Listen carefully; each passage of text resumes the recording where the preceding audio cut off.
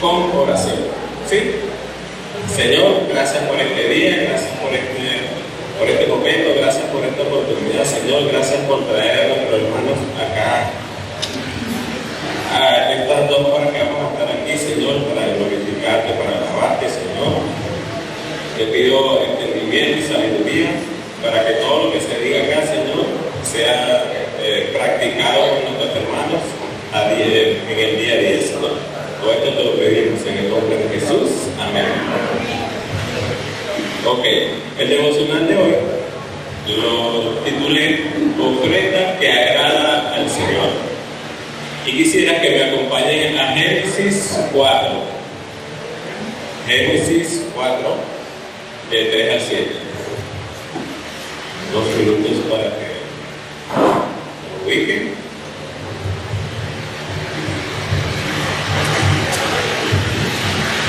¿Lo tienen?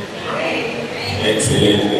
Y dice así: y aconteció andando el tiempo que Caín trajo del fruto de la tierra una ofrenda a Jehová, y Abel trajo también de los primogénitos de sus ovejas, de lo más gordo de ellas. Y miró Jehová con agrado a Abel y a su ofrenda, pero no miró con agrado a Caín y a la ofrenda suya. Y se ensañó Caín en gran manera, y decayó su semblante. Entonces Jehová dijo a Caín: ¿por qué te has ensañado y por qué ha decaído tu semblante? Si bien hicieres, no serás enaltecido, y si no hicieres bien, el pecado está a la puerta con todo esto, y a ti será su deseo, y tú te enseñorearás de él.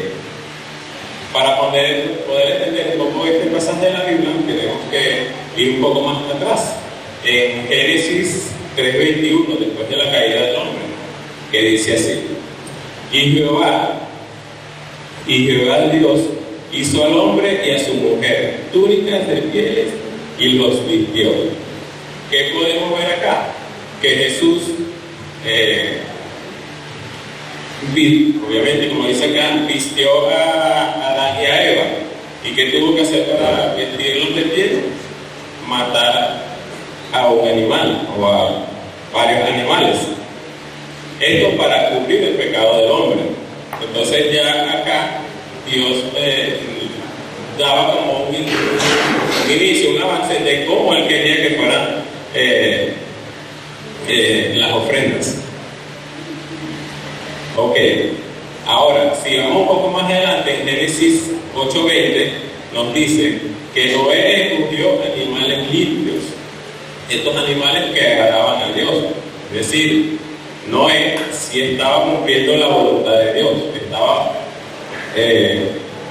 haciendo lo que Dios le había aprendido. Ok, ahora vamos.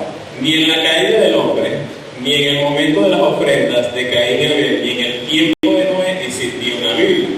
Entonces, ¿cómo sabía Abel y cómo sabía Noé qué tipo de ofrenda le agradaba a Dios? ¿Cómo? Ok, porque hubo una instrucción directa de Dios. Y la ofrenda de Caín refleja desobediencia y un no reconocimiento de su condición como pecador. En vez de seguir las instrucciones del Señor, decidió hacerlo ofrendando con cosas que eran de su esfuerzo, y no siguió las indicaciones del Señor. Ahora bien,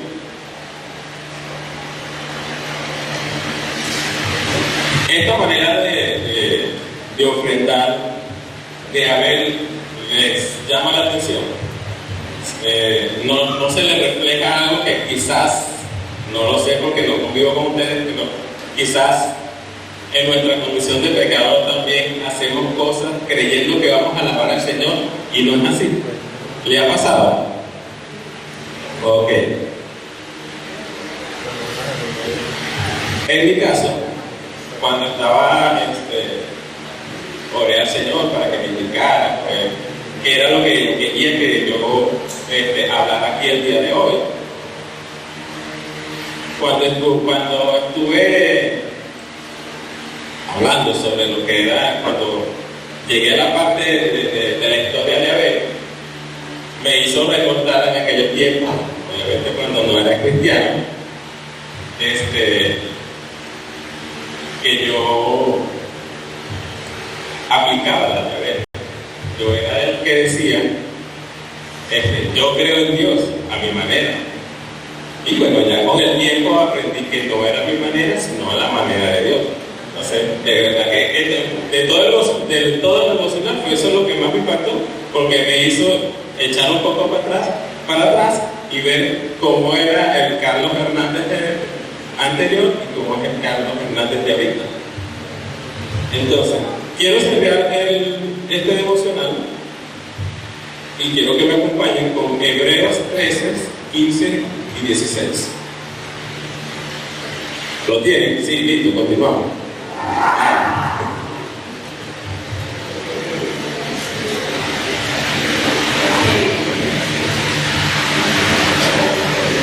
Listo. Estoy por aquí unos hermanos buscando. Hebreos 13, 15 y 16.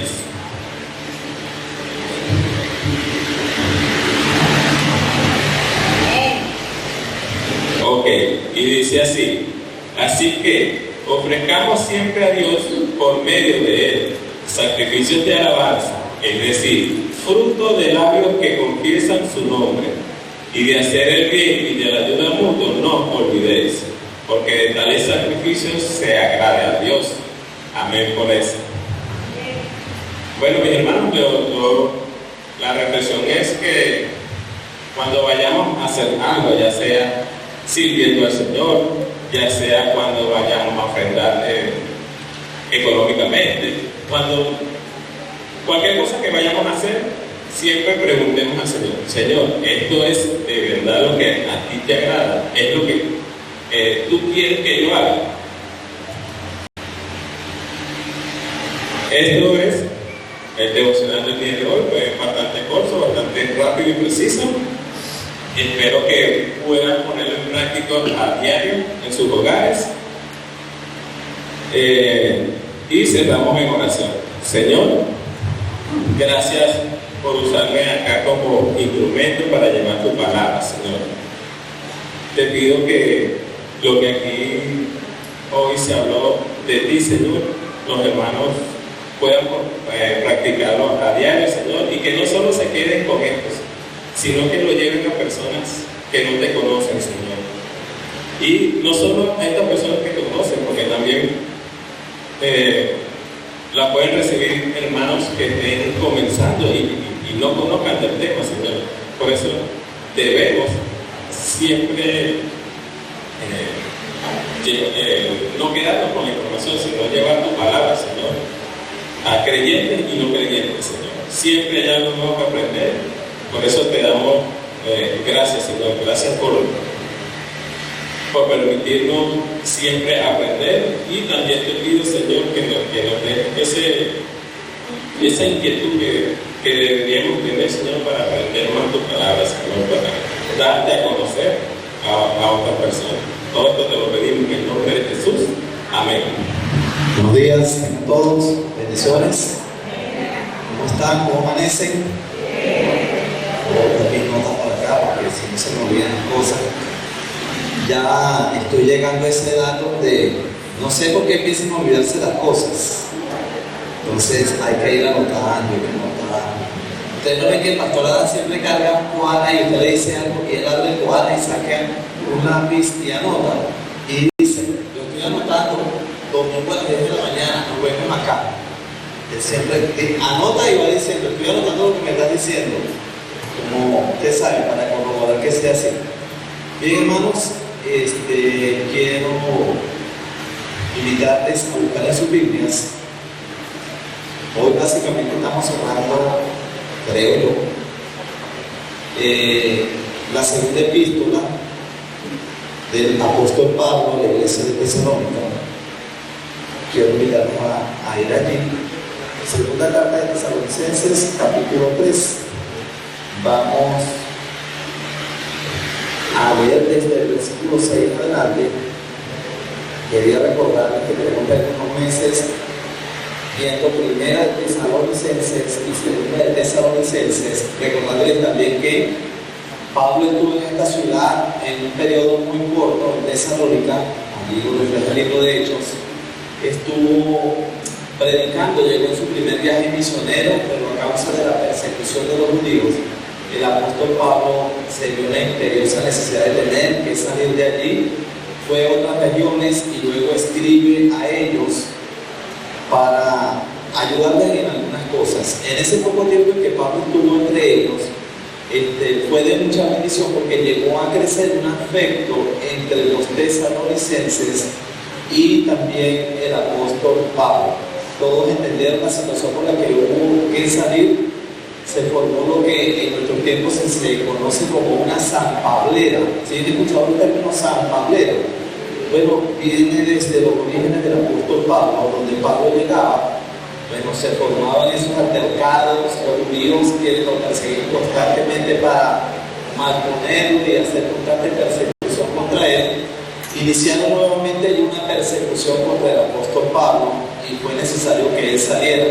Pablo llegó allí con Silas y Timoteo y ellos conocían muy bien a Silas y a Timoteo. Pablo no descuidaba las iglesias o las ciudades donde él iba por primera vez, siempre estaba pendiente de enviar a alguna persona para ayudarles. Esto fue una iglesia de mucha bendición para Pablo, aunque ciertamente también trajo algunas situaciones, digamos, normales en lo que se refiere a grupos de nuevos creyentes. En esta oportunidad Pablo quería tomar o estaba corrigiendo una situación, y si notamos el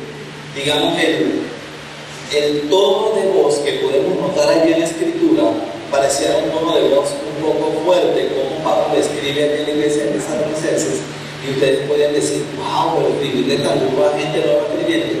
Bueno, ya Pablo había hecho la primera corrección de lo que vamos a hablar hoy, pero la situación no había cambiado en nada. Es decir, persistían los problemas y era necesario que el apóstol Pablo hiciera un nuevo llamado de atención, pero esta vez en un tono más fuerte para que se corrigiera la situación que estaba suscitando el Señor. Quiero invitarles a leer segunda de Tesalonicenses, capítulo 3, versículos 6 en adelante. Dice, ¿lo tienen? Pero os ordenamos, hermanos, en el nombre de nuestro Señor Jesucristo, que os apartéis de todo hermano que ande desordenadamente y no según la enseñanza que recibisteis de nosotros, porque vosotros mismos sabéis de qué manera debéis imitarnos, pues nosotros no anduvimos desordenadamente entre vosotros, ni comimos de balde el pan de nadie, sino que trabajamos con afán y fatiga día y noche, para no ser gravosos a ninguno de vosotros, no porque no tuviésemos derecho, sino por darnos nosotros mismos un ejemplo para que nos imitaseis, porque también cuando estábamos con vosotros os ordenábamos esto: si alguno no quiere trabajar, tampoco lo coma, porque oímos que algunos de entre vosotros andan desordenadamente y no trabajando en nada, sino entremetiéndose en lo ajeno. A los tales mandamos y exhortamos por nuestro Señor Jesucristo, que trabajando sosegadamente coman su propio pan. Y vosotros, hermanos, no os canséis de hacer bien. Si alguno no obedece a lo que decimos por medio de esta carta, a ese señaladlo, y no os juntéis con él para que se avergüence, mas no lo tengáis por enemigo, sino amonestadle como a hermano. Luego vienen 3 versículos de la bendición final en la despedida del apóstol Pablo. Lo que llama mucho la atención acá es que Pablo está exhortando a la iglesia a una cosa. ¿Cuál es esa cosa que Pablo está exhortando a los hermanos en Tesalónica y también a nosotros hoy en día? ¿Cuál es? ¿A qué? Díganos sin miedo. A trabajar. Muy bien. A eso Pablo está exhortando a la iglesia de Tesalónica, y esa exhortación sigue viva para nosotros hoy en día. Atrás quedó esa generación de hierro. Llamo generación de hierro a esas personas que llegaron mayormente europeos, o digamos en general extranjeros, que llegaron a nuestro país a trabajar duro. Personas que no se limitaban a un trabajo solo de día, sino también de noche. Personas que trabajaban por forjar sus negocios, por ayudar a sus familias a crecer. Españoles, italianos, portugueses, que por cierto nos burlamos mucho de los portugueses cuando vamos a comer pan con capur y decimos, comida de portugués, pan con capur.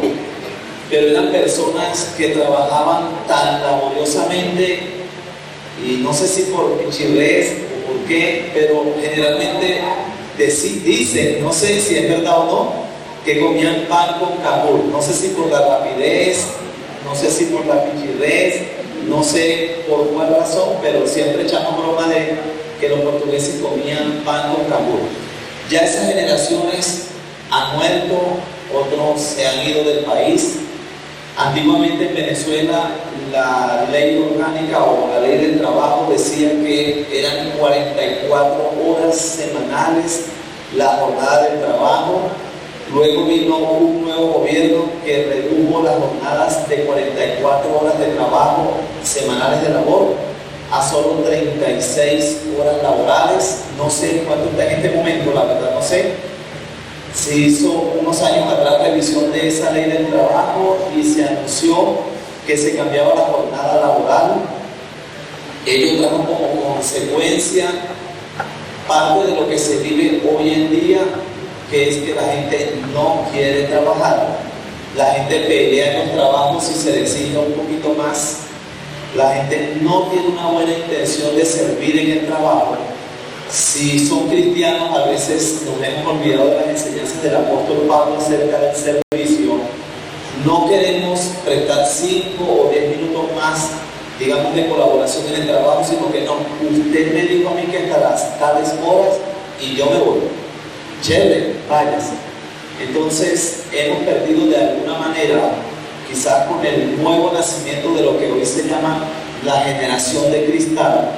La generación de cristal es esa a la que usted no les puede hablar muy duro porque se suicidan, no puede tomar correctivos porque se van de la casa, no puede decirles nada porque lo amenazan a ustedes con las leyes. Usted no puede llamarles la atención porque quieren levantar la voz, quieren reclamar sus derechos, quieren decir y exigir porque ellos son la generación de cristal. La generación de hierro soportaba todo lo que venía y muchos de los que acá están han, digamos, sido partícipes de esa generación de hierro o vienen de esa generación de hierro y todavía mantienen sus principios. Pero la gran mayoría de los adultos a veces hemos adoptado las costumbres de la generación de cristal. No me hables duro porque me molesto, no me levantes la voz porque voy a exigir, no me llames la atención porque puedo asistir a las leyes y ellas me protegen, ellas me respaldan en esto o en la otra. Lamentablemente la generación de cristal ha destruido mucho de los principios bíblicos. Incluso hablamos de los padres. A veces los padres no pueden tomar correctivos porque pueden ser sancionados si su hijo decide tomar una acción legal contra ellos por alguna situación que se presente en el hogar. Hoy en día la nación venezolana ha sido víctima básicamente de la generación de cristal. Ha sido víctima de la flexibilización en el tema de horas laborales. Hemos llegado al punto donde muchas personas son sostenidas por el gobierno simplemente con que no trabajes, yo te doy. ¿Sí? No falta que creen algo que digan vagos del barrio, que se le da una misión o un dinero a vagos del barrio. Algo así, pero casi que han habido o han crecido o han nacido misiones como madres del barrio, no sé qué esto, lo otro, se sostiene esto, se ayuda a colaboraciones. Y todo eso ha traído como consecuencia que la nación venezolana no quiere trabajar. Muchos de los venezolanos no quieren trabajar. Muchos empresarios han tenido que cerrar sus empresas, sus negocios, sus cosas, porque las condiciones laborales no les favorecen a ellos para poder sostener a empleados o tener gente un sinfín de cosas. Muchos venezolanos han salido del país, se han ido y nuevamente vuelven al país porque las condiciones o las exigencias laborales en otros países no son la mancuagua que tienen aquí en Venezuela. En otros países llegan y no tienen que trabajar como era antiguamente 8 horas laborales, sino que son 12 y 14 horas. ¿Quieres ganar dinero? Vienes de otro país, vienes de estar flojeando allá. Aquí quieres tener algo, aquí tienes que trabajar, aquí te tienes que esforzar. Y mucha gente llega a esos lugares y dice, no, este país no es para mí. Yo prefiero irme a Venezuela, allá vivo tranquilo, allá las leyes me protegen, allá esto, lo otro, y si no tengo, bueno, de alguna manera el gobierno me ayuda. Esas ayudas que el gobierno ha dado, lamentablemente, o los gobiernos han dado, lamentablemente han contribuido para crear algo así como una asociación de vagos y flotas. Y no es que estoy en contra del gobierno, en contra de las leyes, sino en contra de la vacancia. Hoy en día usted ve que la gente camina y prefieren pedir, regálame, y tienen un récipe médico o tienen algo, o se ponen falsas prótesis en algún lado y te muestran algo allí y te dicen, necesito para esto, necesito para lo otro. Hombres jóvenes, mientras estuvimos acá trabajando, todos los días tocaban esa puerta para pedir cualquier cosa, regálame hierros, regálame esto, regálame, ¿sabes? El hierro que ahora lo compran, y en cierta medida pues contribuyen de alguna forma a mantener libres las calles de hierro y de cosas por aquí tiradas, pero en otra manera contribuyen también a crear más personas que quieran vivir de la vacancia, de robarse una tapa de alcantarilla o cualquier cosa para venderla porque les dan dinero por eso.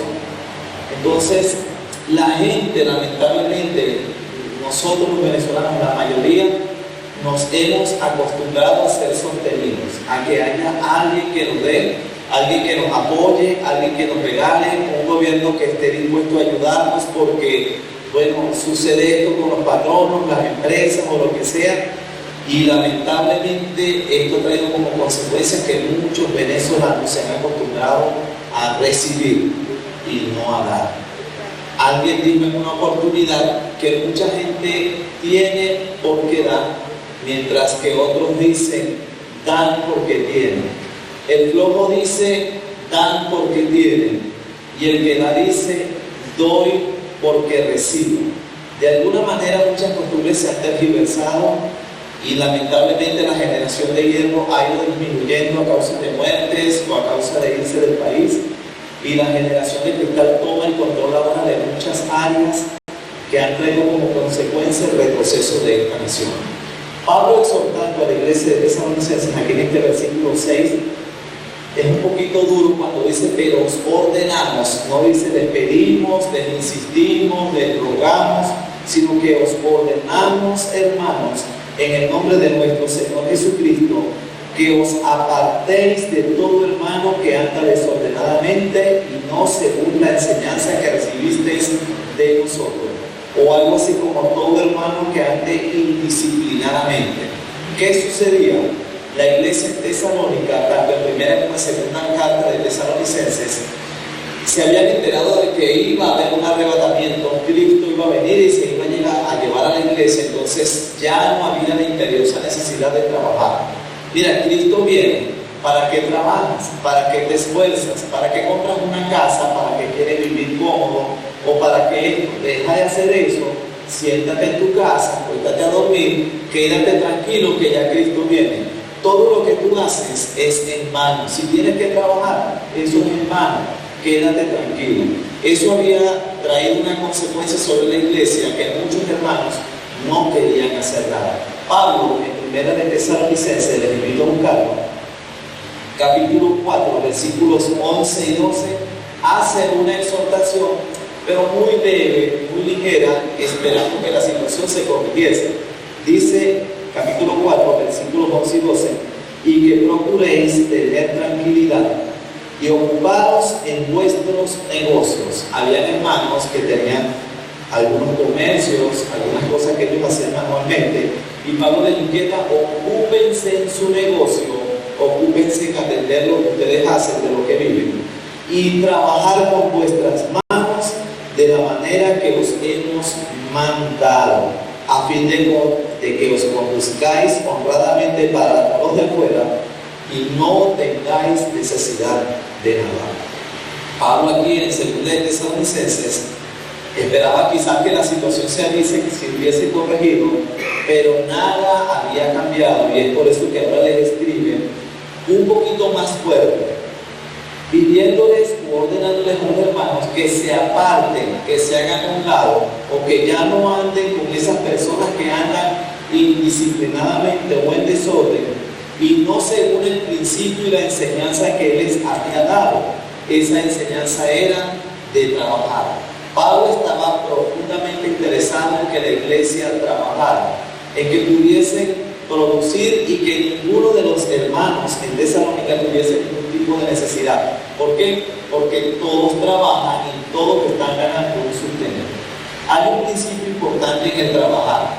El trabajo, dice una canción que ustedes han escuchado por allí, lo vio Dios como... se la pasamos oyendo música.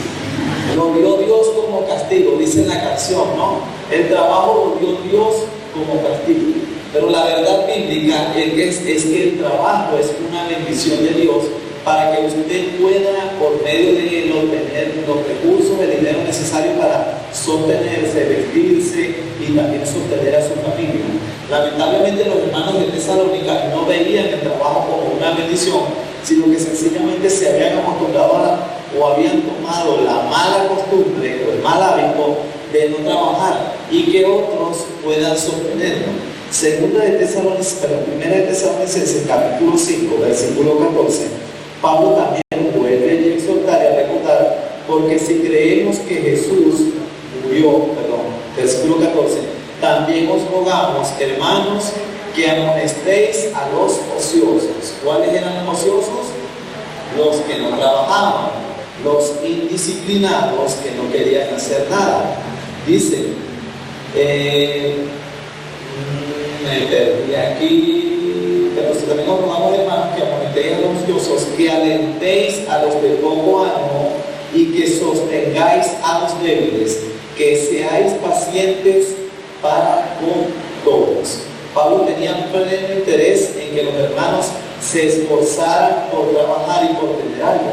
En el versículo 7 dice, porque vosotros mismos sabéis de qué manera debéis imitarnos, pues nosotros no anduvimos desordenadamente entre vosotros. ¿Cómo anduvo Pablo entre ellos? Disciplinado.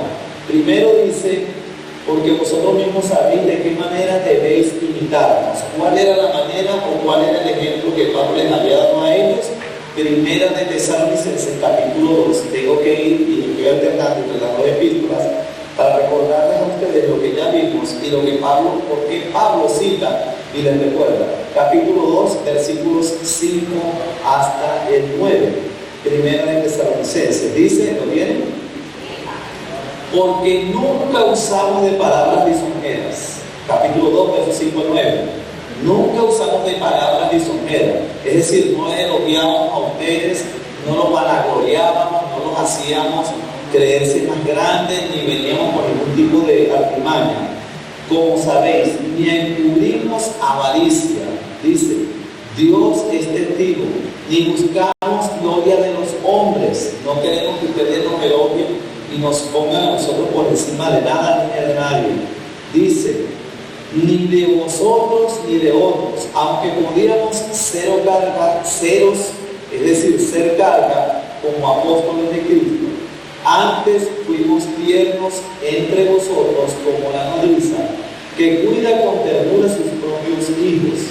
Tan grande es nuestro afecto por vosotros, que hubiéramos querido entregaros no solo el Evangelio de Dios, sino también nuestras propias vidas, porque habéis llegado a sernos muy queridos, porque os acordáis, hermanos, de nuestro trabajo y fatiga, como trabajando de noche y de día, para no ser gravosos a ninguno de vosotros. Os predicamos el Evangelio de Dios. ¿Cómo trabajaban ellos? ¿Cómo fue su ejemplo? Trabajando de noche y de día. Y esta palabra de noche puede traducirse de noche a partir de que el sol se ocultaba o de noche mientras que la luna estaba allí, es decir, durante la madrugada. En pocas palabras, dice Pablo, que con mucha fatiga estaban trabajados. Ahorita nosotros dijéramos, eres un esclavo de tu trabajo o estás afanado. Pero Pablo estaba siendo ejemplo para los hermanos de Tesalónica. Quizás ellos decían, Pablo, ¿qué vas a hacer hoy a las 8 de la noche? Tenemos un cumpleaños. Oh, bien, muchachos, lo siento, tengo que trabajar, necesitamos dinero, necesito producir dinero. Yo no quiero pedirles a ustedes que me den ayuda, que me den comida, que me paguen el alquiler de la habitación donde vivo, ustedes me socorran porque yo soy un hombre, aunque estoy bien entrando en edad, tengo cierta condición física, visual, pero todavía sé que puedo trabajar. Yo no necesito depender de ninguno de ustedes, ni pretendo hacerlo. Yo quiero para ustedes ser un ejemplo. Así que chicos, lo lamento, no puedo asistir a su cumpleaños hoy, pónganse la torta, me guardan un pedazo, no tengo problema. Pero lo que sí quiero es que ustedes vean que tengo que trabajar. Aunque Pablo no tenía una esposa que sostener, ni a hijos, tampoco a quien darles dinero, sin embargo él sentía la imperiosa necesidad de responsabilidad de que tenía que trabajar, y además de ello trabajaba de día y de noche, y dice con mucha fatiga, es decir, incansablemente. Pero lo principal de todo es que quiero ser para ustedes un ejemplo de trabajo. Aunque Pablo ciertamente había recibido una ayuda monetaria de una iglesia, y eso está en Filipenses capítulo 4, versículos 15 y 16, Pablo había recibido una ayuda monetaria mientras él estuvo trabajando en la iglesia de Tesalónica. Pablo dice, sí, recibí de ustedes filipenses esa ayuda que enviaste a Tesalónica y se los agradezco mucho. Aparte de que sé que las condiciones, digamos, económicas de ustedes, hermanos filipenses, no es la mejor, sin embargo lo recibo con mucho gusto, porque sé que muchos de ustedes han dado aún más de lo que tienen. Y como si fuera poco, se han ofrecido ustedes en persona también ayudar en otras áreas donde quizás no pueden. Sin embargo, estoy muy agradecido por eso. Pablo quería para los hermanos de Tesalonicenses ser un ejemplo en todo el sentido de la palabra. Pablo quizás pudo haber apelado, como lo dice aquí, pude ser descarga, pero no lo soy. Pudo haber apelado a lo que él en 1 Corintios, quiero invitarles allí, capítulo 11, versículos, voy a leer corto, versículos, la lectura es larga, versículos 8 hasta el 13, dice, porque el varón no procede de la mujer. 1 Corintios capítulo 8, versos 11 al 13.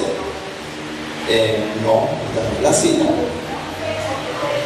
11, 8 al 13, pero no es la cita que yo tengo anotada. Pero sin embargo, les invito a buscar Hechos capítulo 18, versículo 3. Tuve una conclusión allí, Hechos 18, 3. Vean cómo Pablo se sostenía. ¿Cuál era la profesión de Pablo? Miren, Pablo era un rabí, ¿sí? Era un maestro. Los maestros de la ley eran personas que estudiaban en las universidades judías muchos años, llegaban a conocer por entereza, para usted ser considerado un rabí, debía conocer todo el Antiguo Testamento. Este caballero se esmeró al punto que llegó a conocer todo el Antiguo Testamento y era considerado un rabí. Pero había una exigencia para los rabinos. ¿Saben cuál era? Debía tener una ocupación, lo conocemos hoy como ocupación u oficio. No bastaba solamente con ser un maestro. Eres un maestro, puedes ir a formar una sinagoga, fundar una sinagoga y vivir el dinero que los hermanos de la sinagoga te den. No, había una exigencia. ¿Cuál era la exigencia? Debes trabajar. No puedes atenerte a que la comunidad judía te sostenga. No, señor. Usted va a ser el rabí en esa comunidad o en esa sinagoga y usted va a trabajar. Había un conocimiento pleno de algo, que los únicos que no deberían trabajar eran los sacerdotes del templo y tampoco el sumo sacerdote. Ellos se sostenían de las ofrendas que el pueblo constantemente estaba llevando. Recuerden que las ofrendas en la época se daban en grano, se daban en maíz, se daban en aceite, se daban en animales, en toda esta serie de cosas. Esas eran las ofrendas con las que el sacerdote o los sacerdotes y el sumo sacerdote se debían sostener, pero era solo, única y exclusivamente para ellos. Para los rabí, que eran los maestros de la ley, estaba ordenado: ustedes, señores, deben trabajar y hacer con sus manos lo que deben ganarse para comer. Nadie debía estar sin hacer nada. Pablo tenía una profesión. ¿Cuál era? O un oficio. Y como era del mismo oficio, se quedó con ellos y trabajaban juntos, pues el oficio de ellos era hacer tiendas. No era solamente armar 4 palitos, 3 palitos y tirar una lona por encima y ya. Se trataba de que esa lona que se colocaba por encima tenía un trabajo. Eran lonas de pieles de cordero y eso había que tratarlo, había que trabajarlo. Había obviamente que conocer todo el proceso que lleva a hacer de una piel de un animal, llevarlo hasta el punto donde pueda servir como una lona. Esa era, o era ese, el oficio del apóstol Pablo. Y de esa manera Pablo pudo sostenerse estando entre todas las iglesias, aunque recibió y tuvo la bendición de haber recibido donativos de algunos de ellos. Sin embargo, él no se quedó con eso. Él decidió que era necesario que todos pudiesen tener un oficio y todos pudiesen trabajar. De allí la exhortación que se le estaba haciendo a los hermanos. De allí la cita era 1 Corintios capítulo 9, la que no conseguía, 1 Corintios capítulo 9. Vean lo que dice Pablo allí. Si leemos todo el capítulo, lo cual no tengo tiempo para leerlo con ustedes, Pablo habla de los derechos que él, como sirviente o estando al servicio de ellos, tenía. Pero en el versículo 14 dice que era esto: así también ordenó el Señor a los que anuncian el Evangelio, que vivan del Evangelio. Pero ¿saben qué? El versículo 15 dice: pero yo de nada de esto me he aprovechado. Pablo podría en la iglesia de Corintios decirles: hermanos, es un deber de ustedes sostenerme a mí, porque yo estoy trabajando entre ustedes, yo les he dado el todo. Y ¿saben qué? No tengo tiempo para trabajar, porque paso día y noche estando con ustedes evangelizando y sirviendo al Señor, y no me da tiempo de sostenerme. Pero Pablo les dice en el versículo 15: pero yo de nada de esto me he aprovechado, ni tampoco he escrito esto para que se haga así conmigo, porque prefiero morir antes que nadie desvanezca esta mi gloria. Entonces él podía haber exhibido el derecho a ser sostenido por la iglesia, pero él no hizo uso de ese derecho, sino que aún así continuó trabajando. ¿Para qué? Para que no dijeran: Pablo es mantenido, que mantequilla, todos trabajamos y él come sin hacer nada. Porque eso pasa. ¿Saben qué? Los inconversos siempre les van a decir afuera a ustedes: ah, tú le das un bien al pastor, ¿verdad? Claro, por eso es que el pastor no trabaja, por eso es que el pastor no hace nada y tiene un mejor carro que el tuyo. Bueno, hay un tema con los pastores cuando tienen carro. Si el pastor tiene un carro muy bueno, la gente va a decir: tremendo carro tiene el pastor. Claro, se chulean los hermanos de la iglesia, todos le llevan el dinero. Ah, y de paso, cuando una mujer se casa, la primera noche la mujer la tiene que pasar con el pastor y al otro día es que ella se va con el esposo. Eso lo van a escuchar ustedes. Sí, las personas te van a decir eso, siempre te van a decir eso. Y bueno, la gente va a hablar mucho. Ahora, si el pastor tiene un carro que está destartalado, echa humo, pareciera que trabajara con leña, y en una perola, entonces dice: no, pues va a ser pastor así, prefiero no ser ningún pastor, ¿vale? Esa perola de carro con la que era. Siempre la gente te va a criticar y siempre va a señalar a los pastores. Bueno, sepan que aquí en la comunidad de la casa los pastores trabajan y no reciben ningún tipo de salario de la iglesia, ni gracias al Señor, no lo digo para vanagloriarnos, no tenemos que andar pidiendo ni nada por el estilo. Si pedimos, lo hacemos para otras personas, y si pedimos, lo hacemos para que pueda culminarse esta construcción, esta edificación, que no es mía, ni del pastor Adán, ni tampoco de René, esta edificación es de cada uno de ustedes. Es de los que llegan y deja de ser de los que se van. Pero lo importante es que mientras que usted está acá, esto es de cada uno de ustedes y eso deben tenerlo siempre presente. Pablo también le había dicho a Timoteo, capítulo 5, verso 18, que debían sostener y ayudar a aquellas personas que servían en la iglesia, que debían apoyar, pero aún así él no quiere hacer uso de eso, y menos jamás lo iba a hacer en la iglesia de Tesalónica, para que así no se creara más vagancia entre ellos. El versículo 8 dice: ni comimos el pan de nadie. ¿Perdón? Parece que alguien había dicho algo. Ni comimos de balde el pan de nadie, sino que trabajamos con afán y fatiga. ¿Cuánto tiempo? Día y noche. No, yo solo salgo en la mañana y trabajo y luego regreso y ya me acuesto a dormir. O yo trabajo un ratito en las tardes.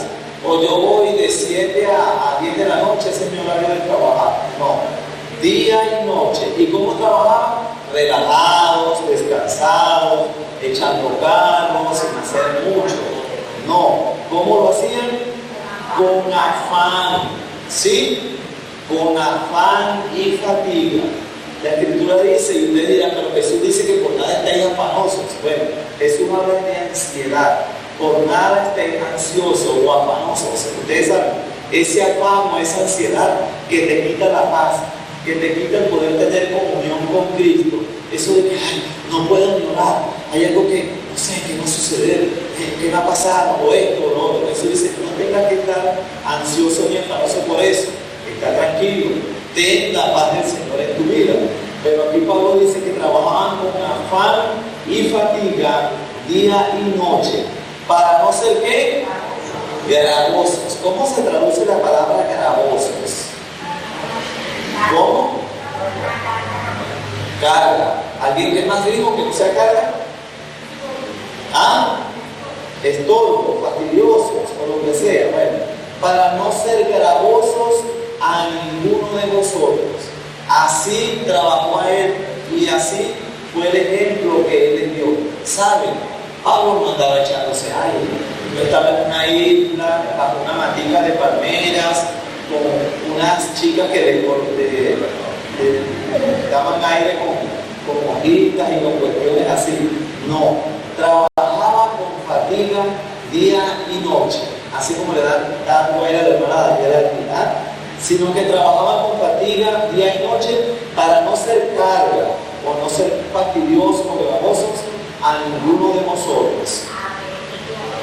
Ha tenido a otro. Me gusta la palabra que Pablo usa, es una palabra que ya está mucho en desuso. Por ejemplo, en Venezuela, y es la palabra de balde, ¿sí? Y usted dice, ¿qué es de balde? Bueno, es como trabajar en balde, ¿sí? Él dice acá, no porque no tuviésemos no, ni comimos de balde el pan de nadie, o sea, no nos ganamos el pan de nadie, pero sin embargo yo me dio igual, no. Si Pablo necesitaba una habitación de los hermanos, Pablo pagaba. Si Pablo necesitaba alimento de los hermanos, él estaba dispuesto a pagar el costo del alimento. No era que sencillamente llegaba y decía, usted sabe, como les dije en una oportunidad, como hay algunas personas que a veces se acostumbran dentro de las iglesias, y eso no pasa aquí en la comunidad de la gracia, en ir a visitar a los hermanos en horarios de almuerzos, horarios de cenas u horarios de desayunos.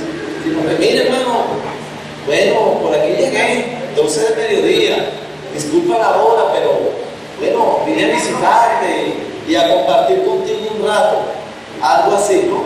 No, Pablo no tenía ese tipo de malas costumbres o de malas prácticas, sino que de balde, él no hacía nada de balde, él trabajaba y él se ganaba su sustento, y ese era el mejor ejemplo que él podía dar. Cuando le cité ahorita, 1 Corintios capítulo 9, yo le invito a leerlo en cuanto a los derechos de que él, como servidor entre ellos, tenía, y jamás en la iglesia de Corinto usó o dio uso de eso. Quiero buscar acá en este teléfono, me disculpan, un libro llamado La Didache o La Didache, ¿sí? Es un libro escrito por los padres de la iglesia y se cree que se escribió o antes del principio del primer siglo o ya iniciando el primer siglo. Lo cierto es que fue escrito por padres de la iglesia. donde la necesidad de escribir el libro fue para poner algunas cosas sobre la mesa y ser puntuales. A lo que me refiero en este momento es que había un grupo de hermanos que estaban paseándose por las iglesias, o especialmente por la casa de cristianos ya convertidos y conocidos, e iban con el fin de visitarlos y quedarse a vivir un tiempo allí entre ellos. Entonces los padres de la iglesia escribieron algunas normas. Vean lo que dice en el capítulo 11, en el párrafo primero dice: quien pues viniera a vosotros enseñándoos todo lo dicho anteriormente, a ese acogedle o recibidle. Si empero el que enseña se permitió y enseñare otra doctrina para la disolución, no le escuchéis. Mas si enseña la manera de aumentar la justicia y la ciencia del Señor, recibidle como el Señor. En cuanto a los apóstoles y profetas, proceder así conforme al Evangelio. Todo apóstol que llegue a vosotros ha de ser recibido como el Señor, pero no se quedará por más de un día o dos, ¿sí? Si hace falta, quedándose 3 días, no 1 o 2, si es necesario a lo mucho que se quede 3 días, pero si se queda 3 días, entonces, o más de 3 días, entonces es un falso profeta. Ustedes se imaginan que hoy en día este libro fuese leído en algunas iglesias donde hay personas que se aprovechan de los hermanos. La parte 6 de este capítulo 11 dice: al partir el apóstol no aceptará nada sino pan para sustentarse hasta llegar a otro hospedaje. Si pidiera dinero, es un falso profeta. ¿Saben? Esto no lo escribí yo. Esto lo vivieron los padres de la iglesia aproximadamente en el siglo I de nuestra era, 19 siglos o más de 19 siglos atrás. Y a todo profeta que hable, bueno, allí vienen otra serie de cosas que son consejos. En el capítulo 12, en la parte segunda, dice: si el advenedizo viene tan solo de paso, socorrerle todo lo posible. Él por su parte no quedará entre vosotros más que 2 días, o según su necesidad 3 días. Mas si quisiera radicarse entre vosotros como artesano, dice, trabaje y coma. ¿Cuál era la ordenanza para los profetas y apóstoles del primer siglo? Trabajar. ¿Para qué? Para comer, para sostenerse. No era, bueno, no sé si esto se llegase a leer en algún sitio donde hoy en día hay ese tipo de movimientos. En la parte 4 dice: si no sabe oficio alguno, proveeréis según vuestra inteligencia, para que no viva entre vosotros un cristiano holgazán. ¿Sí me escuchó? Un apóstol o profeta cristiano holgazán. No sabes hacer nada, no tienes ningún oficio. Bueno, puedes vivir aquí en el cuarto de abajo, pero me pintas la casa, por ejemplo, o cortas el monte, o me ayudas en algo. Necesito ayuda, pero el pago yo no quiero en mi casa. ¿Y saben qué? Ni el apóstol Pablo los aprobaba, ni los aprueba la Escritura, ni siquiera los inicios, los cristianos, padres de la iglesia, que escribieron algo en cuanto a eso. Entonces, el deber de la iglesia, ¿cuál es hoy en día? Trabajar. Nadie debe comer el pan de balde. Ustedes quizás dirán, pero está siendo muy radical. Bueno, estoy leyendo lo que dice la Escritura, lo que el apóstol Pablo enseña, nos había enseñado, y lo que los padres de la iglesia también habían escrito. Versículo 9 dice: no porque no tuviésemos derecho, sino por darnos nosotros mismos un ejemplo para que nos imitaseis. Porque también cuando estábamos con vosotros os ordenábamos esto: si alguno no quiere trabajar, tampoco coma. ¿Sí? Si un judío no producía el día viernes lo que necesitaba para comer el día sábado, señores, no tenían que comer, porque el día sábado no se debía trabajar, sino que el día sábado era de descanso, y fue un día creado para el hombre, no para Dios, dice la Escritura. Y como fue un día creado para que el hombre descansara, el día sábado el hombre iba a comer de lo que iba a producir. ¿Cuándo? 6 días de trabajo. Aquí en Venezuela antiguamente, o unos años atrás, se acostumbraba a trabajar 6 días, los sábados hasta el mediodía. Luego la nueva ley dijo que se debía trabajar 5 días y que todo empleado debería tener 2 días de descanso. No sé si a eso se debe parte de toda la situación que se vive hoy en el país, a eso y a muchas situaciones. Pero el deber de trabajar es para todos. Dice, Pablo habló en el versículo 9 acerca de hacer el ejemplo, porque también cuando estaban con vosotros, el versículo 10 ordenábamos esto, si alguno no quiere trabajar, tampoco coma. Si usted en su casa acoge a una persona o recibe a una persona que no trabaje, usted está haciendo mal.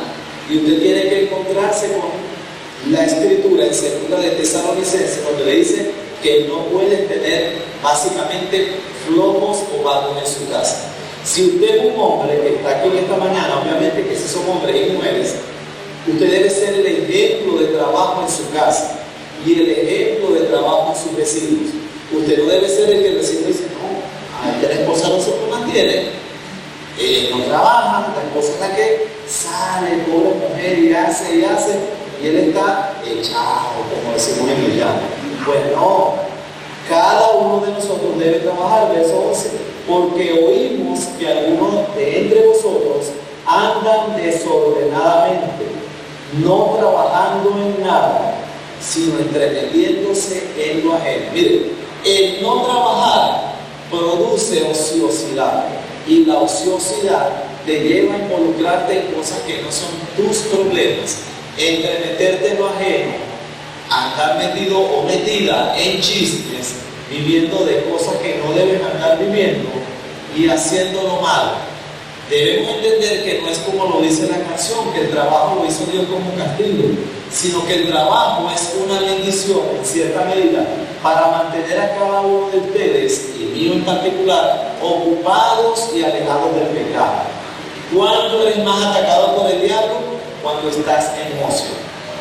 Cuando el diablo viene a traerte malos pensamientos, cuando no estás haciendo nada, empiezan a venir toda esa cantidad de malos pensamientos hacia ti y tú empiezas a hacerle caso.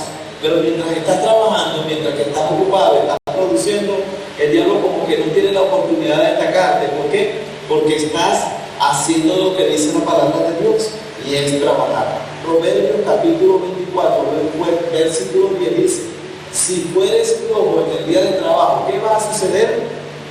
Tu fuerza será reducida. Hay trabajo, hay mucho que hacer. No podemos quedarnos en la casa sin hacer nada. O si usted tiene que quedarse en la casa, también en su casa hay muchas cosas que puede hacer, que puede reparar, y no tener una esposa que todo el día está reclamando de buenas noches.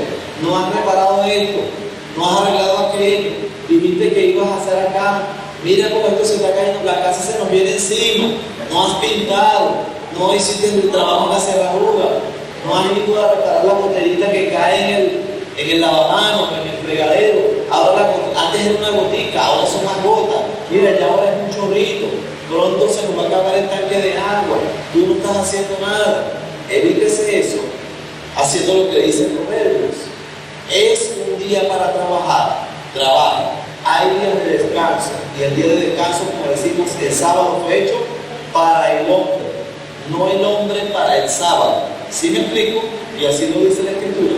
El día de trabajo lo hizo Dios para el hombre, y no el hombre para el día de trabajo. ¿Por qué Pablo usa esa palabra? Bueno, porque el sábado usted lo toma, o lo tomaban los judíos, o su día de descanso, como un día para descansar. Pero ¿qué hicieron los judíos? Bueno, hicieron del día sábado su Señor. Es decir, es sábado, hoy es domingo, yo no me muevo, me quedo acá y no hago nada. Entonces, ¿quién tiene el control de ti? El día de descanso. Y Jesús dijo, o Pablo dijo, perdón, no es que el día de descanso tiene control sobre ti, sino que tú descansas en ese día, pero tú mantienes el control sobre ese día. Proverbios, hay 14 proverbios en los 31 capítulos que hablan en contra de la vagancia, la flojera y el no querer trabajar. Proverbios 13:14 dice: el alma del perezoso desea y nada alcanza. Ustedes no han visto que el perezoso siempre dice: mira, yo estoy jugando con un numerito. Si me lo gano, mira, yo estoy esperando que venga el bono de, cuando el bono llegue, estamos hechos. No, yo estoy esperando que va a suceder esto. Yo sé que va a llegar el día en que tal cosa. ¿Qué dice el proverbio? El alma del perezoso desea y nada alcanza, mas el alma de los diligentes será prosperada. ¿Por qué el alma del diligente es prosperada y la del perezoso no? Porque el diligente dice, tengo que hacer esto, ¿saben qué? Lo voy a hacer. No es que dice, bueno, va a venir alguien seguro a la casa, esposa, quédate tranquila, que va a reparar el chorro, tú vas a ver qué duro va a traer. Va a venir alguien, mujer, que va a colocar el botellón en el bebedero, y no lo voy a hacer yo, Dios lo va a traer. ¿Saben qué dice la Escritura? Pedid y se os dará. Está bien pedir, pero también dijo Jesús, buscad y hallaréis, ¿sí? Entonces no malinterpretemos la Escritura solo pidiendo. Muchas personas están, bueno, pidiendo, Señor, quiero entrar a la universidad. Ok, entras a la universidad, ¿ahora qué tienes que hacer? Estudiar. No vas a decir, Señor, yo no voy a estudiar, tú me vas a ayudar a aprobar el examen. Y es pura matemática el examen, Señor, tú me vas a dar la sabiduría. Si se la diste a Einstein, bueno, me la vas a dar a mí. ¿Saben qué? Si usted no estudia, no va a pasar ningún examen. Buscar, estudiar, ser diligentes. El alma del perezoso desea. Hay otro proverbio que dice, el perezoso mete la mano en el plato, pero ni aún a su boca la lleva. ¿Sabe por qué? Porque no hay nada en el plato. ¿Por qué no hay nada en el plato? Porque no está trabajando para que haya algo en el plato. Entonces, Dios mío, ese está como los niños. Cuando abren cada rato la nevera y otra vez van a la nevera y otra, muchacho que busca, mamá, algo para comer, pero ya la abriste 20 veces, no hay dulce, ahí no hay torta, ahí no hay nada. Así a veces hace el perezoso, como los niños que abren y cierran la nevera buscando alguna chuchería o algo. Pues no.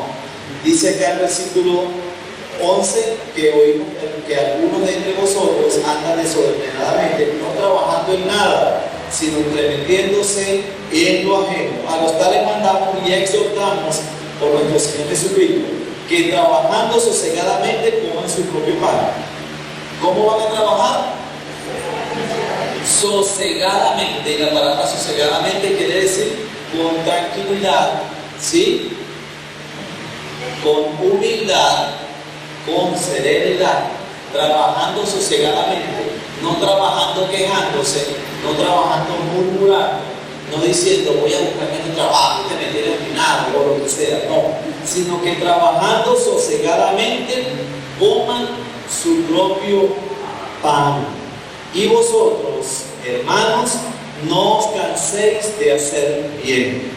Si alguno no obedece a lo que decimos por medio de esta carta, a este señaladlo y no os juntéis con él para que se avergüence. ¿Sí? ¿Hay algún flojo entre vosotros? ¿Hay alguno que no quiera trabajar? Mi recomendación, señores, salúdenlo, trátenlo, pero no se junten con él. No hagan una amistad con él o con ella, porque va a ser perjudicial para todos. Dice, la idea es para que se avergüence. Verso 15. Mas no lo tengáis por enemigo, ¿sí? O sea, no lo alejen, no lo saluden, no. Continúe saludándolo, pero deberíamos exhortarlo. Mas no lo tengáis por enemigo, sino amonestarle como hermano. Hermano, consiguió empleo. No, hermano, no me hable de eso, que a mí el empleo me da fobia. Y Dios lo sabe. Dios me creó flojo. Hay gente que te dice eso. Dios me hizo un flojo. O sea, que te hizo un holgazán, un vago. No, Dios no hace flojos. La persona se vuelve floja. Pero Dios creó el trabajo como bendición.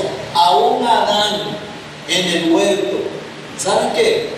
Adán no tenía la necesidad que ustedes tienen, porque yo tengo. Adán no necesitaba comprarse unos zapatos, ni necesitaba preocuparse por ropa, andaba desnudo. A él no le afligía no tener un Montecristo unos zapatos Nike, no le preocupaba tener la mejor bola. Eso a él no lo afligía. Dios lo hizo sin nada y así él estaba. Pero ¿qué le dijo Dios? Sojuzgar el huerto. ¿Qué quiere decir sojuzgar?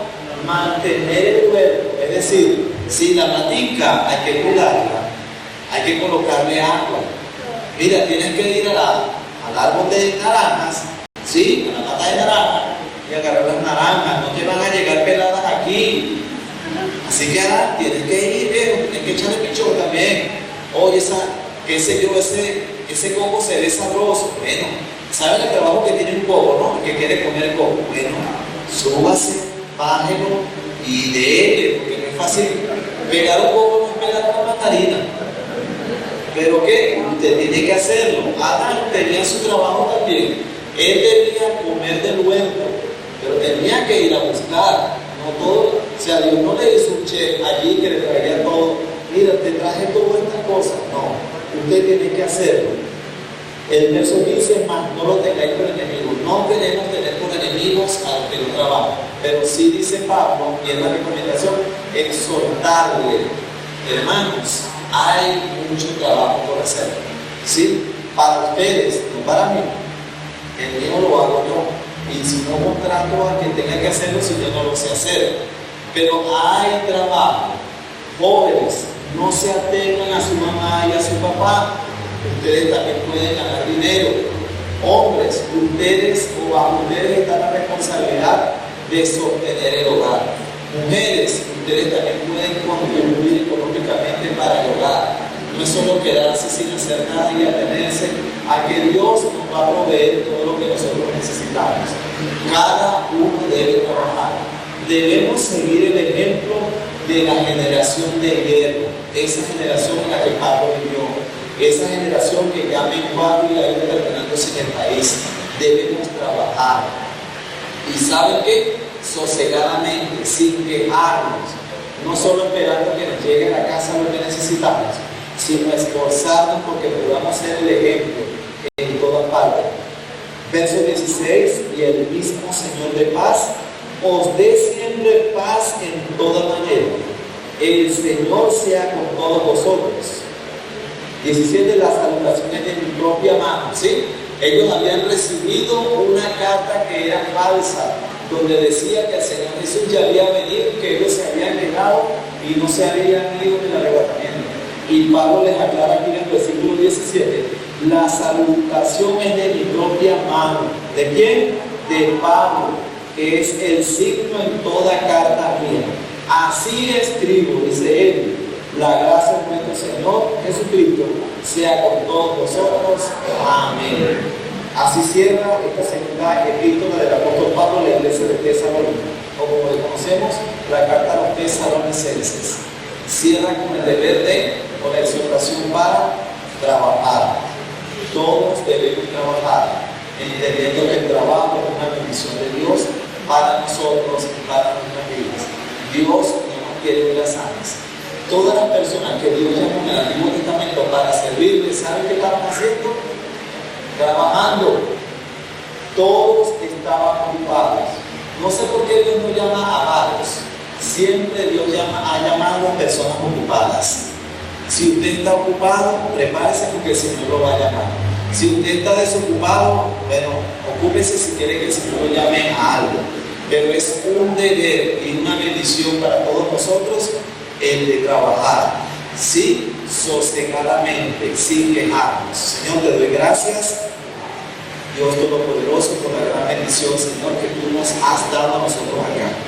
Somos personas, Señor, fuertes, jóvenes o adultos ya, Señor, pero con mucho vigor, Señor, sin ningún impedimento o con muy pocos impedimentos físicos, Señor. Hay personas que les falta un pie, un brazo, Señor, y están trabajando.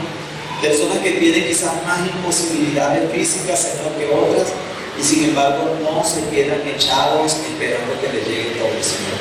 Ellos se esfuerzan, Señor, y se esmeran. Padre, sabemos, Señor, que acá no tenemos personas vagas ni flojos, Señor, pero si en cualquier momento alguien recibe una palabra o algo que le diga no trabajes, debe entender, Señor, que no es tuya, Señor, porque todos estamos llamados a trabajar. Aún los apóstoles lo hacían, trabajaban y se mantenían, Señor. Aún los profetas del Antiguo Testamento trabajaban para sostenerse, Señor. ¿Cuánto más nosotros hoy en día, cuando la situación económica de nuestro país ha cambiado tanto, Señor? Ayuda a cada uno, Señor, a trabajar. Y como lo dijo Juan el Bautista a los guardias cuando les decían que ganaban pocos, él les dijo: no se quejen de su salario y vivan contentos con lo que tienen, Señor. Que podamos ser personas agradecidas siempre contigo, Señor, por nuestros empleos. En el nombre de Jesús, amén y amén.